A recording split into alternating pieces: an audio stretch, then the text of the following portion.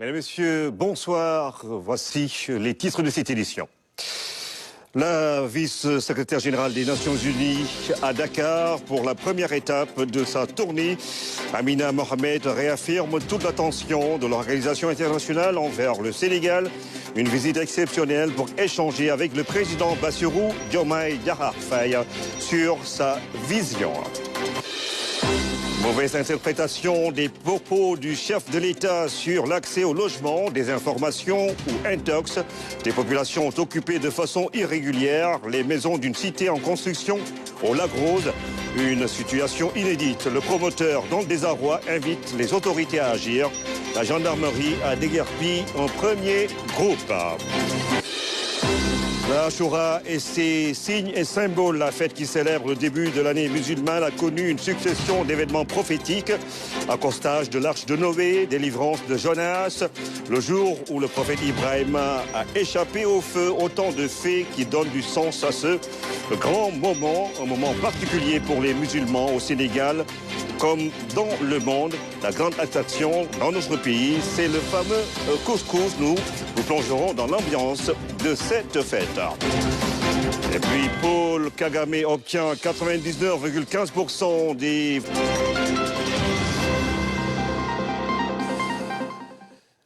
Bienvenue à tous. Le président Bassirou Diomaye Diakhar Faye a reçu cet après-midi la vice-secrétaire générale des Nations Unies. Amina Mohamed réaffirme l'attachement de l'organisation internationale aux valeurs qu'elle partage avec le Sénégal. Une visite exceptionnelle, dit-elle. This has been an exceptional visit, the first that we are making at this level to Senegal to visit the president, the government of Senegal. Ça a été une visite exceptionnelle et c'est la première fois que je rends cette visite au président de la République. Nous avons parlé de beaucoup de problématiques, notamment la souveraineté nationale, et nous sommes très contents de lancer ce processus de démocratie. Visit is the beginning of one to West Africa. Donc, comme vous le savez, c'est une première étape par rapport à ma visite dans d'autres pays. Et j'ai été très heureuse de discuter avec le président. Et il a été question de partager sa vision pour le Sénégal, sa vision pour les jeunes, le système alimentaire, la connectivité numérique. Donc, ça a été vraiment une visite très intéressante. Et nous, en tant qu'organisation des Nations Unies, nous sommes prêts à appuyer la vision du président. Et ensemble, nous allons aller à l'essentiel.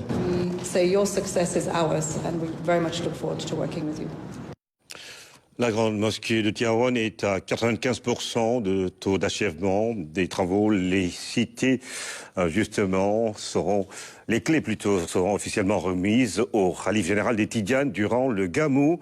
L'association Jamaatoun Nour, qui pilote les travaux, a rencontré ce mardi le Premier ministre pour faire l'état des lieux et solliciter l'accompagnement de l'État arabe d'Awa. Mi-septembre, lorsque Tivaouane célébrera le Mawlud, un autre événement fera le bonheur des fidèles, la remise officielle des clés de la grande mosquée. Dans cette phase préparatoire de l'ouverture, l'association Jamaatoun Nour rend compte au Premier ministre. En tout cas, globalement, on a bâti sur 2 hectares 6, 7 et le bâti fait 1 hectare 300 à peu près. Donc c'est une mosquée énorme, qui sera peut-être la plus grande mosquée en Afrique au sud du Sahara. Nous avons construit la mosquée en nous appuyant sur l'existant depuis Seyd El Hadj Malick Sy, en passant par Serigne Abdoulaziz Sy Dabakh. C'est la raison pour laquelle la mosquée est dans ces dimensions. Mais nous ne sommes pas dans des logiques de comparaison. C'est une réalité qui nous a rattrapés. La mosquée a traversé les âges. Construction en 1904, première extension en 1979, relance et nouvelle extension depuis 2021. Un budget d'une vingtaine de milliards et des travaux aujourd'hui achevés à 95%. Et nous avons une surface construite de 13 000 m², une esplanade de 12 000 m², et l'ensemble peut accueillir à peu près 53 000 fidèles. Et on en est actuellement à 95% de finition. Il reste de petits détails qu'on espère pouvoir finaliser d'ici 2 ou 3 mois. Dans les composantes du projet, 2 acquis qui rendent autonome une centrale photovoltaïque de 10 MW et un forage. Pour le tout, l'association sollicite l'appui de l'État. Je vais rendre compte cet après-midi au président. Luñ ci mën a def et avec diligence nañ ko def parce que c'est un pas important. Nous apporterons toutes les diligences nécessaires en tant qu'autorité, mais aussi en tant que croyants qui recherchons l'assentiment de Dieu. Mais dañ ko def aussi en tant que croyant am yaakaar ni peut-être dinañ ci am ngërëmu yàlla. Nous restons très ouverts et nous serons à votre écoute, Inch'Allah. À l'avenir, pour mieux répondre aux besoins des religieux, le Premier ministre annonce, conformément à leur vision, la création d'un ministère dédié au culte et l'institutionnalisation de crédits budgétaires à leur dédié. La religion est un besoin comme tous les autres besoins au Sénégal. Nous considérons que la religion est un besoin au même titre que tous les autres besoins. Donc, en 2025, les fonds seront inscrits exclusivement pour le culte. Et cela nous permettra d'adresser les préoccupations dans le domaine religieux. Exclusivement pour le culte. Et yu préoccupation yu bëri yoo xam ne tey nit ñi dañ koy am naan fan laa koy exposé kan laa ciy waxal ak yu demee noonu ça peut entrer dans ce cadre-là et peut-être être pris en charge. Après la remise officielle des clés, l'inauguration de la mosquée est prévue en fin d'année avec l'ambition de rassembler de prestigieux invités. Le Premier ministre répond également favorablement aux diligences attendues. Les cités religieuses se modernisent. Les clés de la grande mosquée de Tivaouane, presque achevées, seront donc remises au Khalife général de Tidiane durant le prochain Gamou. Lancement du projet de centre d'excellence pour la biodiversité et les écosystèmes en Afrique de l'Ouest, organisé par le Centre de suivi écologique. Cette activité a réuni des participants de 15 pays d'Afrique de l'Ouest et la Mauritanie. Reportage d'Anaïs Nyanyamani. Le Centre d'excellence pour la biodiversité et les écosystèmes en Afrique de l'Ouest est un projet qui vise à promouvoir l'utilisation des meilleures connaissances et données scientifiques. De plus en plus, on note une érosion sans précédent de la biodiversité. Aujourd'hui, à l'échelle mondiale, beaucoup d'espèces sont menacées de disparition. D'où l'importance de ce centre d'excellence qui va servir d'outil de partage d'informations et de données scientifiques. Financé par l'Union européenne pour un montant de 8 millions, il touche plusieurs secteurs. Une action coordonnée est donc plus que jamais essentielle. Et c'est ce rôle que devra jouer l'OBAPAO en intégrant des données aussi bien globales que locales. Au cours de la rencontre, les participants vont valider le plan d'action des mécanismes de transition de l'Observatoire pour la biodiversité et les aires protégées en Afrique de l'Ouest vers le centre d'excellence. Il s'agit notamment d'établir une coalition de partenaires institutionnels, techniques et financiers qui travaillera conjointement pour valider les orientations en termes de propositions de gouvernance. Partager les résultats phares de l'OBAPAO acquis dans le cadre du programme Biopama. Il fait suite au programme Biopama 2, un programme qui vise à améliorer la conservation à long terme et l'utilisation durable des ressources naturelles dans les pays ACP, dans les aires protégées et les communautés. Et alors, comment renforcer les écosystèmes de données sur le changement climatique au Sénégal et dans la sous-région avec des chiffres fiables? La question fait l'objet d'une réflexion. La rencontre intervient dans un contexte où le Sénégal a introduit pour la première fois l'aspect changement climatique dans sa stratégie nationale de développement de la statistique. Mamoudou Sakine. Face aux défis liés au changement climatique, la production et l'utilisation de données fiables est d'une utilité capitale pour les décideurs. Ensemble, nous avons la possibilité de bâtir des systèmes de données solides qui soutiendront notre transition écologique et nos efforts pour atteindre les objectifs de contribution déterminés au niveau national et inscrire le Sénégal vers la trajectoire pour faire face aux défis climatiques actuels et futurs. Pour lutter efficacement contre les effets du dérèglement climatique, le Sénégal a introduit la problématique pour la première fois dans sa stratégie nationale de développement de la statistique. Le Sénégal a fixé un cap, un nouveau cap, en misant sur la transformation systémique pour atteindre une croissance forte, durable et soutenue. D'où la nécessité de disposer de données désagrégées sur des facteurs fortement impactés par le phénomène climatique. Le secteur du transport, par exemple, le secteur de l'agriculture, le secteur de l'élevage, le secteur de la pêche. L'État du Sénégal a besoin d'avoir des informations chiffrées en ce qui concerne le changement climatique, son impact sur ces secteurs-là pour pouvoir prendre les bonnes décisions.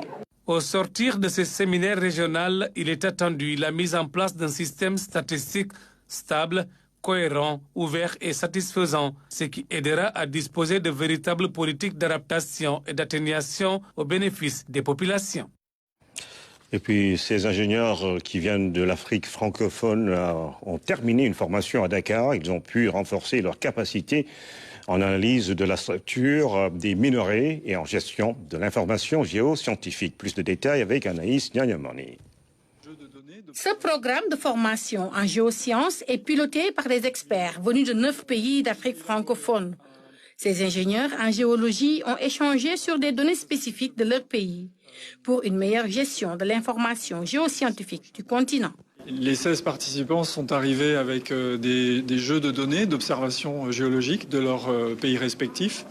Et puis, ils ont élaboré ce qu'on appelle un projet de retour au poste de travail qu'ils ont présenté ce matin et qu'ils ambitionnent de mettre en place dans les 6 prochains mois. Et dans 6 mois, nous allons organiser une autre réunion, mais en webinaire sur Internet, de façon à ce qu'ils puissent présenter les résultats.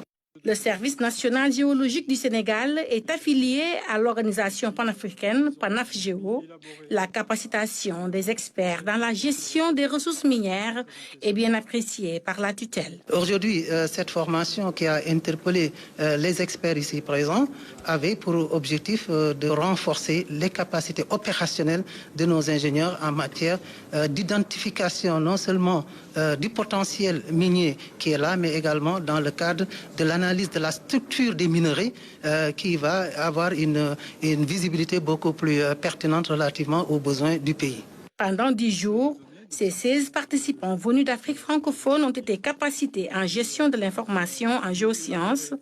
L'objectif est de permettre aux ingénieurs du continent de mieux identifier et d'analyser la structure des minerais pour une meilleure visibilité.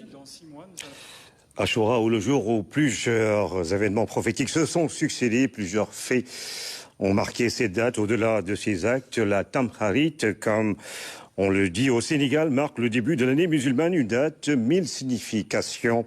Le sens de cette fête à travers le monde et au Sénégal avec François Seika. Elle dépend de l'apparition du croissant lunaire. Elle marque le début du calendrier musulman. Elle est célébrée le 10e jour du mois lunaire. La Ashura ou Tamkharit est le jour anniversaire de plusieurs événements prophétiques de l'humanité. C'est le jour de l'accostage de l'arche de Noé. C'est le jour de délivrance de Jonas, n'est-ce pas? C'est le jour aussi où Abraham va échapper au feu.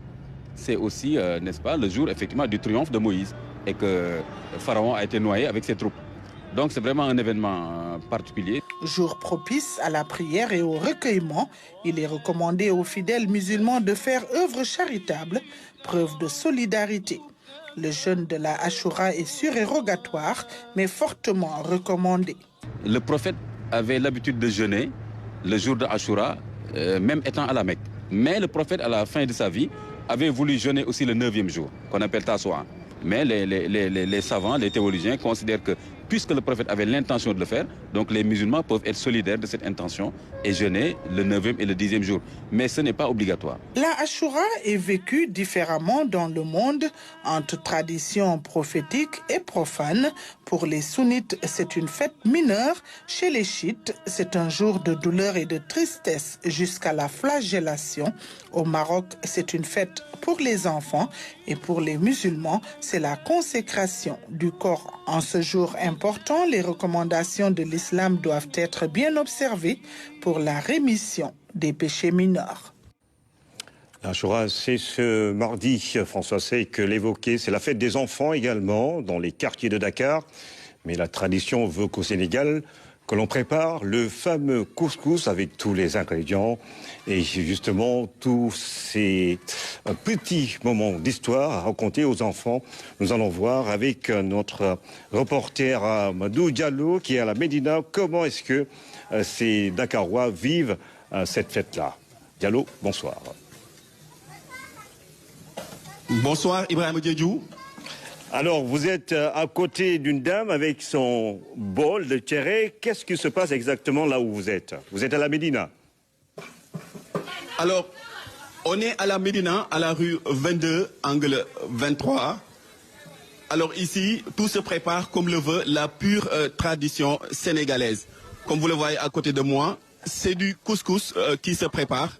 Nous allons demander à la dame quels sont les ingrédients qu'elle a utilisés pour préparer ce fameux couscous de Tamkharit. Madame, bonsoir. Bonsoir. Vous allez bien? Oui, ça va, alhamdulillah.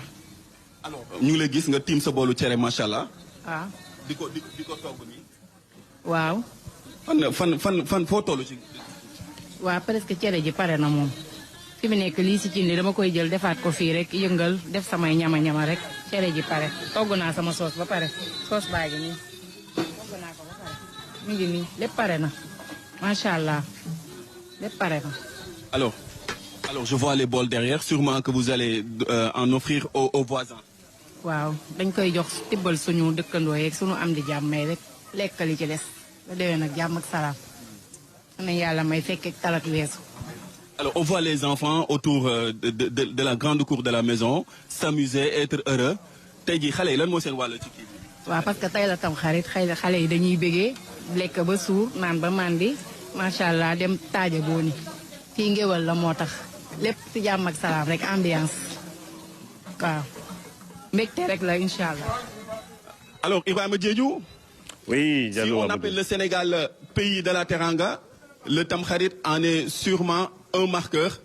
Vous le voyez dans la cour de cette grande maison, on prépare le couscous dans la pure tradition sénégalaise.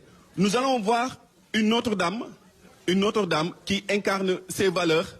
Elle est là, madame, bonsoir. Bonsoir. Vous allez bien? Waaw waaw. yaa ngi si jàmm? maa ngi ci jàmm sëñ bi.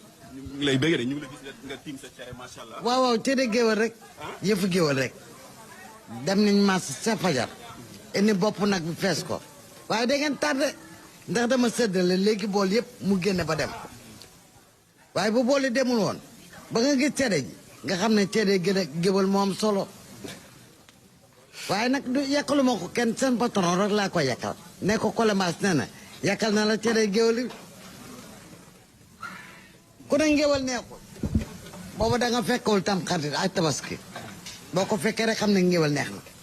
Amadou ma def ci li dafa feesam del ma séddale ba pare ba bool yëpp dem tubal ñaa ñi ma war a tubal ñëpp ndax tam xarit la te ñoo ko moom.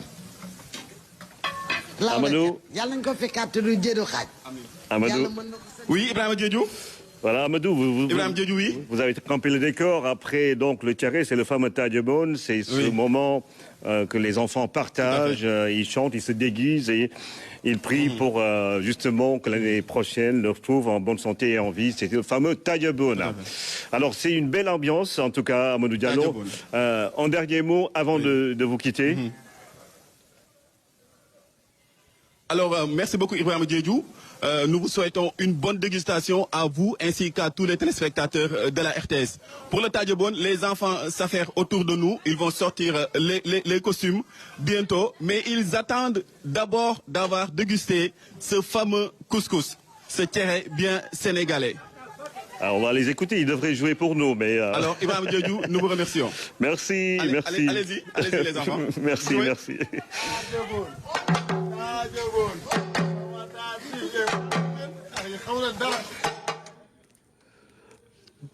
Merci. Le Tadjebon donc qui accompagne la Tamkharit Ashura, c'est l'année musulmane qui débute donc avec justement cette ambiance que nous décrivait Amadou Diallo à la Médina où Le couscous est prêt pour certains et pas encore pour d'autres, à partager avec les proches, mais également les autres membres de la grande famille sénégalaise, notamment nos amis catholiques. Et puis, un fait inédit s'est passé ce week-end. La tranquillité de la cité-résidence du Lac Rose a été perturbée par un événement. Des groupes de personnes ont occupé illégalement les habitations du programme des 100 000 logements. La gendarmerie les a évacués du site, mais il persiste. Des cas de vol ont été notés sur place. Le promoteur dénonce ce qu'il appelle des actes de banditisme et interpelle l'État.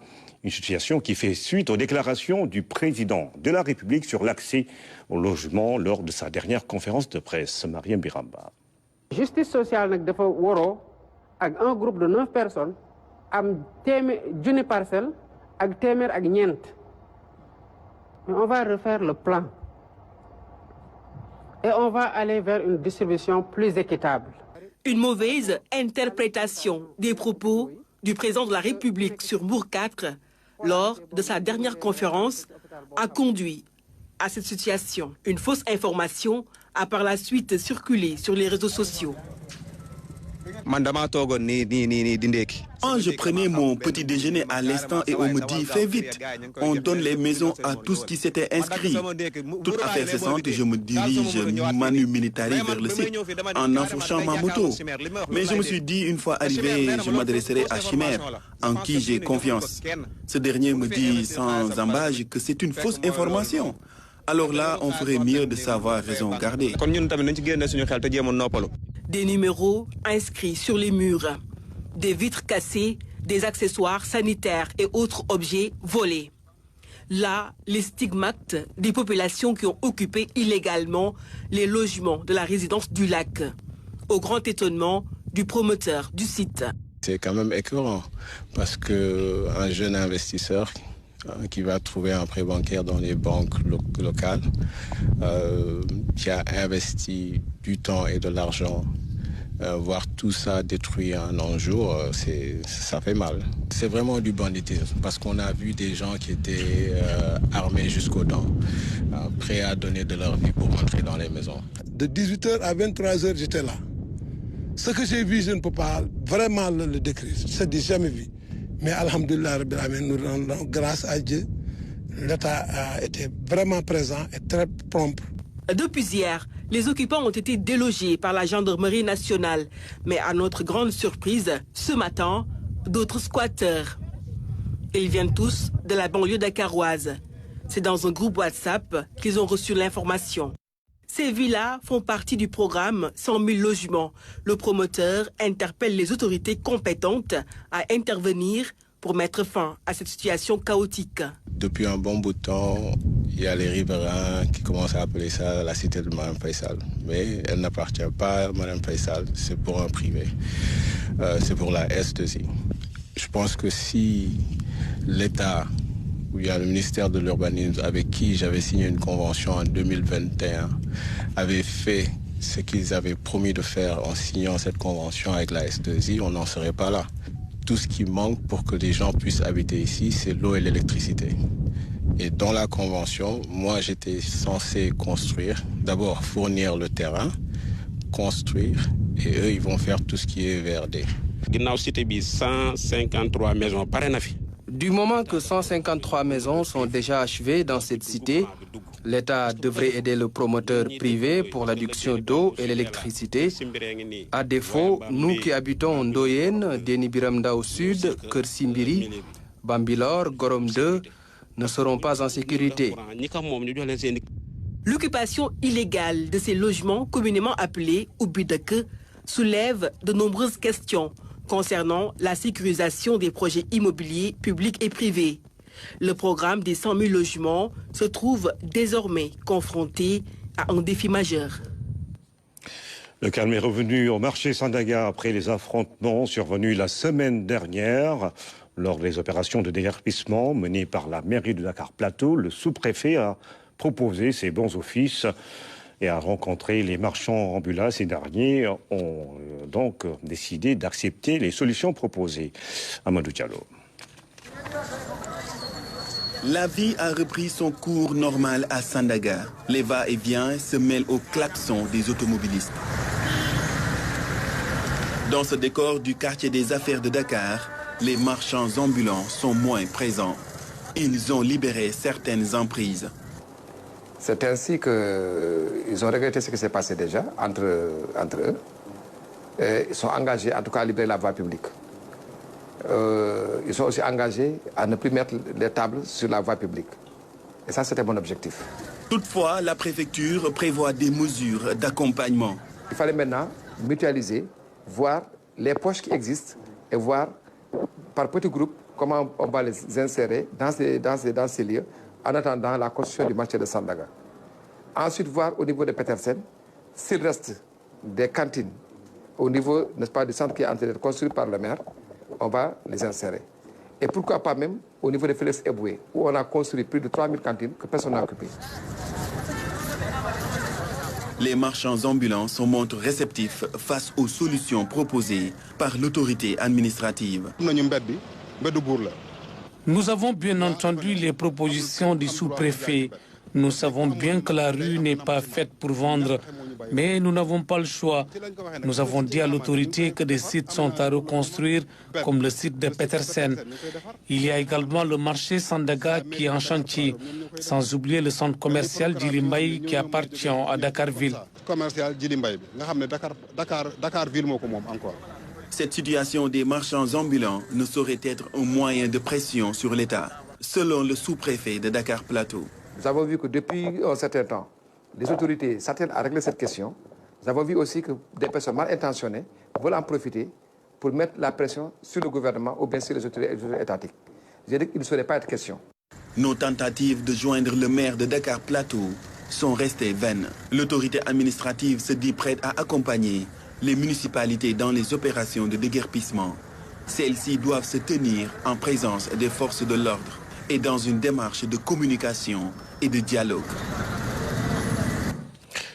À Nioro, les membres de l'Union des sociétés coopératives de la commune de Taïba-Niassène ont reçu leur carte biométrique, une innovation qui leur permet l'identification individuelle pour un accompagnement personnalisé. Des intrants et des semences leur ont été également remis. Claire Diop. Des séances de photographie pour les besoins de la carte. Dans le document, toute la situation de référence du producteur. La démarche rentre dans le cadre de la digitalisation, aussi la formalisation des procédures. Le gouvernement a émis l'idée quand même de ficher les producteurs. Je pense que nous, on est en avance parce que depuis 2021, on a eu des sociétés de coopératives. Et cette année-ci, on a commencé à donner à chaque producteur qui bénéficiera quand même de cette subvention une carte biométrique pour l'identifier. Chaque producteur sera détenteur de cette carte biométrique avec toutes les informations utiles. Le travail est fait en partenariat avec la Chambre de commerce, d'industrie et d'agriculture de Kaolack. C'est l'ère de la digitalisation. On accompagne les entrepreneurs, mais cet accompagnement-là, tout est digitalisé. Tu viens, on te fait la carte de membre.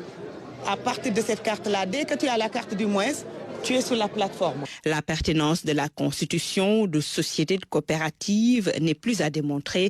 L'État du Sénégal incite les producteurs dans ce sens. Pour que les cibles soient mieux orientées et que aussi les actions du gouvernement aussi soient mieux orientées vers le producteur et le vrai producteur. Pour bien préparer cette présente campagne agricole, l'Union des coopératives modernes de la commune de Taïba-Niassène accompagne ses membres. Ces derniers ont reçu semences et intrants. Les intrants et engrais mis à disposition vont nous aider. Nous allons pouvoir démarrer les travaux champêtres en toute quiétude. Après, nous allons commercialiser et rembourser. La coopérative veut faciliter à ses membres l'accès à des semences de qualité pour améliorer et booster les rendements. La structure compte au total 2000 membres créés en 2021. Un travail est fait pour atteindre la souveraineté alimentaire. Relance du secteur de l'artisanat et valorisation des différentes filières. Le mouvement national des artisans patriotes lance la réflexion En assemblée générale à Ourossogui, ces artisans ont échangé longuement sur les facteurs qui bloquent le décollage de ce secteur productif. Ibrahima Pabidjedjou. Cette rencontre a servi de cadre pour passer en revue tous les problèmes du secteur, mais aussi de proposer des pistes de solutions. Je pense que nous avons tous compris que dans le projet, on parle souvent de souveraineté. Et cette souveraineté-là, les artisans doivent jouer un rôle extrêmement important. Nous déjà, en mettant en place le mouvement national des artisans patriotes, nous avons pensé qu'il fallait peut-être adopter l'approche par filière. Parmi ces points, celui relatif au quota de la commande publique, sa hausse demeure le souhait des nouvelles autorités. Dans le code communautaire, il est prévu 15% de la commande publique aux artisans. Mais dans le projet, après avoir discuté avec les autorités, nous avons pensé qu'au-delà même des 15%, il fallait en tout cas travailler sur des réformes ou des textes qui vont pousser en tout cas les États et les démembrements de l'État à octroyer l'ensemble de leur commande publique qui concerne le secteur de l'artisanat. Et ces réformes-là, il faudra forcément passer par l'Assemblée nationale. Le bilan du PEJA, la revalorisation des différentes filières sont entre autres sujets au menu des échanges. L'ensemble des préoccupations et recommandations issues de cette rencontre seront soumises aux autorités compétentes.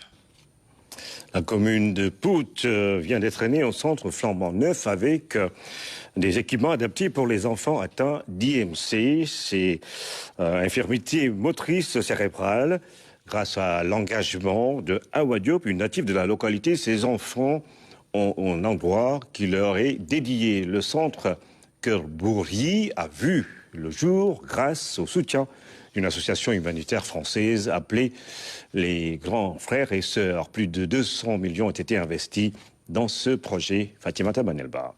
Cœur Bourri ou la Maison des Rois, l'un des rares espaces de prise en charge des enfants atteints d'infirmité motrice cérébrale, IMC. Ici à Pout, ce centre est comme une bénédiction, une oasis dans un îlot de désespoir. Le désespoir de Adji Awa Diop, une jeune dame bénévole au grand cœur qui depuis une dizaine d'années se bat pour une bonne prise en charge de cette frange de la population. C'est après des années d'infortune et de précarité qu'elle a rencontré les membres de l'association Les Grands Frères et Sœurs basés en France qui vont l'aider à construire ce centre. En 2018, que j'ai eu l'initiative avec le coordinateur Ander Dembawad, avec Anémie de la Belgique. J'ai demandé l'autorisation d'ouvrir le centre. Et là, c'était pour me permettre de mettre sur place tous ces enfants sur place et de les faire la rééducation du jour au jour. En 2020, j'ai eu la chance de rencontrer les grands frères et sœurs. Et ils m'ont demandé, Tac, Awa, qu'est-ce que tu veux? J'ai dit, vraiment, c'est d'avoir un local pour ces enfants. Alors, on est approximativement à 300 000 € là. Voilà, on a investi. Voilà, ouais, je parle de vraiment tout, donc c'est-à-dire matériel, équipement, l'acheminement de cet équipement et puis la construction de ce bâtiment. L'accès à l'éducation, à la santé et plus particulièrement aux soins spécialisés et la lutte contre la discrimination sont le combat de la directrice. Accompagnée de ses partenaires, Adji Awa a réussi à prendre en charge de façon permanente 47 enfants, toutes charges comprises. La prise en charge, j'avais demandé 2500 au début, 2500 par enfant. Et là, ça me permettait d'acheter les couches, le repas, mais aussi, à partir de 9h, 11h, j'ai une calebasse que j'ai gardée tout le temps. Maintenant, alhamdoulilah, avec les grands frères et sœurs, aussi, il y a la place des gens. Il y en a beaucoup aussi, des bonnes volontés de l'Europe.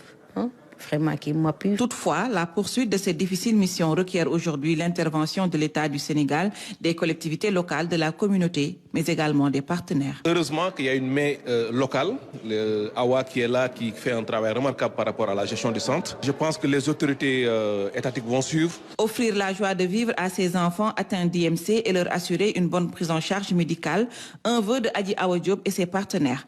En attendant de trouver soutien, un projet de maraîchage est en gestation pour permettre aux jeunes rois qui vivent dans ce centre d'être plus ou moins autonomes. Maître Augustin Senghor sera-t-il candidat à sa propre succession à la tête de la Fédération sénégalaise de football?